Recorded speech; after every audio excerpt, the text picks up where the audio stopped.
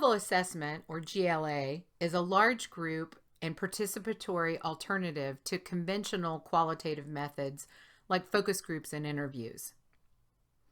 GLA uses an interactive and collaborative process within a community or large group of stakeholders. GLA includes data generation and analysis about an issue of importance to the participants by the participants. So GLA is participatory throughout the entire research process, is structured to involve various stakeholders, and it's action-oriented with stakeholders engaging in prioritization of themes and action planning as the last step of the GLA process. As a community-engaged research method, GLA incorporates those traditionally studied, the research, quote, subjects, unquote, as direct collaborators in the research process. When researchers want to hear from a large group of participants and/or engage members of a target group or community, typically researchers will use traditional qualitative methods like focus groups or one-on-one interviews. Certainly, focus groups and interviews have advantages when executed by well-trained researchers, but I agree with many critics of focus groups and interviews that they tend to be overused and they have specific disadvantages that GLA works against. Some of the disadvantages of more traditional qualitative methods include the small sample size, lack of active involvement by participants, unequal power between researcher and participants, and no real change or action that results from the findings. In addition, both focus groups and interviews are researcher-centric. What I mean by this is that they meet the researcher's agenda and allow the researcher to gain insight about a topic that may or may not be a priority for the participants in the community. Although, again, focus groups and interviews are useful in some contexts, group-level assessment provides an alternative that can engage directly large groups of stakeholders in the community. Group-level assessment typically includes 7 steps, and normally for one GLA session requires a minimum of 3 hours. However, the steps can be conducted in various sessions or can be abbreviated if the group is smaller and can be modified if the group is larger. Step 1 of group level assessment is climate setting, and this prepares the participants for the GLA session. During climate setting, the researcher should overview the agenda and GLA as a participatory approach and talk a little bit about how GLA is different than things which the participants may already be familiar with, like focus groups. As part of climate setting, the researcher should facilitate a brief interactive icebreaker activity. And then after the icebreaker, the researcher uncovers and reads the charts one at a time to ensure understanding before moving to step 2.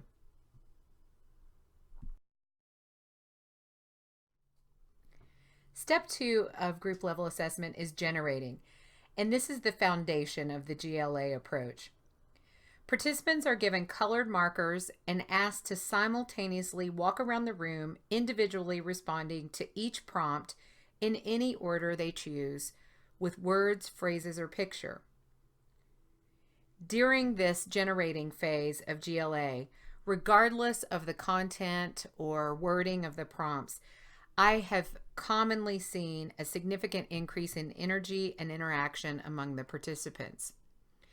I also work really hard during the generating step to create atmosphere. I typically play music while people are working. The idea is that you want people interacting and talking as they're responding to the prompts. You can also use multiple adaptations during this step in terms of writing the prompts in a little bit more simple manner if you're working, for example, with children or people with cognitive disabilities. And the idea, again, is that people are responding to the prompts around the room related to your particular research question. At first glance, the prompts that are used in group level assessment may seem overly simplistic. However, there is a reasoning behind creating the prompts. You should use a variety of types and formats of prompts on the wall charts, from open-ended and structured, positive and negative, specific and broad, serious and fun, etc. And all of these prompts will be geared to address the topics that are defined as important to the group or the community. And I think it's also useful if you have a planning team or a leadership team that you can work with to iterate on the different prompts and go back and forth and make sure you have the right balance of the types and formats of prompts. Here are some examples of different kinds of prompts that can be used in some of the types and formats I mentioned. In some of the writing that I've done on GLA, I've talked about an algorithm of how many prompts you should create depending on the size of the group. So a general rule of thumb is to have approximately 1.5 flip chart pages per participant with a maximum of about 35 charts regardless of group size. So again, this is just a rule of thumb and should be modified based on the group and what you already know about how the group is going to respond and the size of the group. But that gives you some idea of the maximum of charts that you should be using. I would never go over 35 flip charts, even for a larger group. Step 3 of group level assessment is appreciating. And in this step, participants are instructed to mill around the room and read through the responses on the wall charts. It gives the opportunity for participants to compare what they are thinking individually to what the whole group is thinking. It also gives participants an opportunity to star or check mark responses that they agree with. Step 4 of GLA is reflecting. And this is where participants spend a few minutes alone thinking about the meaning of the responses on the wall charts. This step can occur in writing or quiet reflection. And it really gives an opportunity for folks with different processing styles to be able to assimilate the information. For step 5 of GLA, understanding, participants are divided into small groups of 5 to 8 people and assigned 5 or 6 flip charts located nearby. The purpose of this understanding step is for participants to, quote, analyze, unquote, the data on these charts by identifying common themes and main ideas from their perspectives. Each small group is instructed to identify 3 to 5 common themes across their assigned charts, with specific instructions to look for primary and overlapping ideas that span their assigned charts versus just looking at the ideas within a single chart. The idea here is that each small group identifies themes that really balance both the breadth and detail and remain grounded in the data on the charts. With some groups, I have to give examples of what a theme might be to make sure that they have enough detail to be meaningful. In this step, the small group can facilitate themselves, or you could assign each of the small groups a group facilitator to move the process along. At the end of this step, participants reconvene into a large group to verbally report their identified themes. And in this case, the researcher or facilitator will ask for each group to give one of their themes in a round-robin fashion. And as each of the groups gives that theme, the researcher will record the idea on a whiteboard or blank flip chart paper for the larger group to see.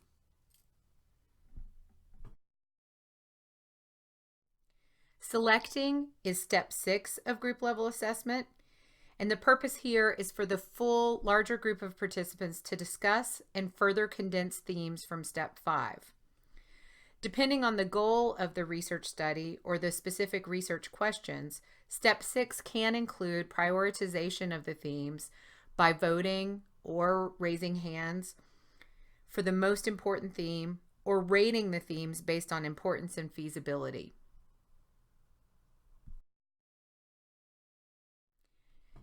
Step 7 of GLA is the action step, and this is where the group decides on next steps based on themes and priorities that come from steps 5 and 6. Like other participatory aspects of group level assessment, Step 7 is designed to directly engage group members in action planning. Now, depending on the research goals, some groups may not choose to engage in action planning as part of the group level assessment process and stop with Step 6, for example. Another modification is that Step 7, this action planning step, could be completed at a later time in a different format. And I have done this before, where as a follow-up session to the first GLA session, I will hold an action planning group. Typically, that's a smaller number of participants who choose to attend. I'll report the findings that the group generated during steps 1 through 6, and then facilitate an action planning phase where the group can decide what the priorities are and how they want to use them for moving forward.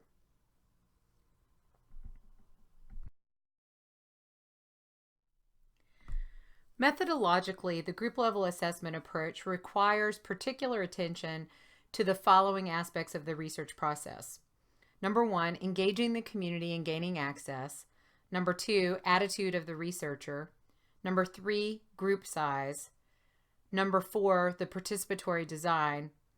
Number 5, ownership of the data. And number 6, group data analysis.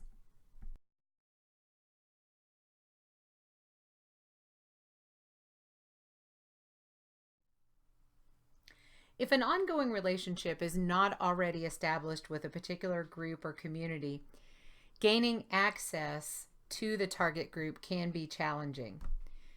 Many minority groups and communities are distrustful of academic researchers, and this could be to the long legacy of unethical research practices. Gaining access to a community group is much easier when established research partnerships and a history of successful community engagement already exist. To establish a new relationship with a group or community and negotiate access to a particular group, it can be helpful to partner with informal gatekeepers who are the respected community members, leaders, and liaisons within a community. So all of this piece of engaging the community and gaining access is crucially important to a successful GLA because of the large number of participants that you want to be able to recruit and attend GLA sessions. As in all community engaged research methodologies, GLA 2 requires researchers to foster open communication, shared power in the research process, co-learning between researchers and participants, and equitable relationships among all levels and statuses of participants. To be successful in GLA, researchers must embody the idea of research being with the community, not research on or about the community. A helpful motto that comes from the disability rights movement is "Nothing about us without us." GLA works best with large groups of 15 to 60 stakeholders, although the method can be adapted for smaller groups and groups over 60 with some modifications.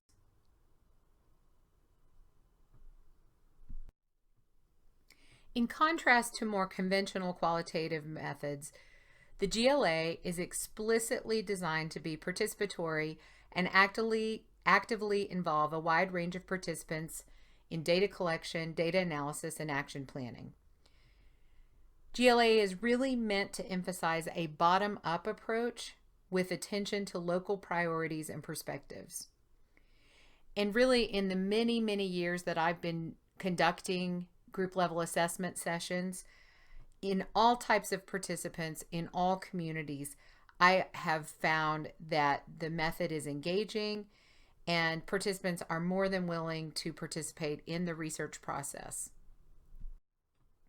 Within participatory research, the question of who owns the data arises. In much research that is participatory, the data should be owned by the group or community itself rather than by the researcher. Or a co-ownership process can be negotiated, again, assuming that you're working within a community academic partnership. Like the other steps in GLA, particularly data generation, the data analysis in group level assessment is participant driven. In small groups, the participants collectively analyze and summarize data from the wall charts, although I almost never refer to that process as analysis in a GLA session. Then, in a large group, participants come back together, further distill the themes, and then discuss and prioritize the most important ideas. GLA offers a large group alternative to other qualitative research methods. Group level assessment supports a socially constructed view of research with the idea that participants share ideas and collaborate to both generate and analyze data. The idea of a participatory process like group level assessment contributes to greater buy-in and collective responsibility toward future actions that may occur as a result of the research. In contrast to an individual researcher swooping into a community to collect data about an issue of importance to the researcher, participants in GLA drive the process based on their own needs and priorities. The GLA allows for a publicly owned knowledge base from which participants analyze, prioritize, and decide to act on their own data. Group level assessment is adaptable because of the variety of communication and learning methods that are used. So for example, verbal, written, you can even draw responses on the GLA charts, auditory, and the various formats, individual, small group, and large group, that are used in the process. I have also found that common participant barriers are diminished with GLA. Participants with low literacy, for example, shyness. I've used GLA with different age groups and different educational levels.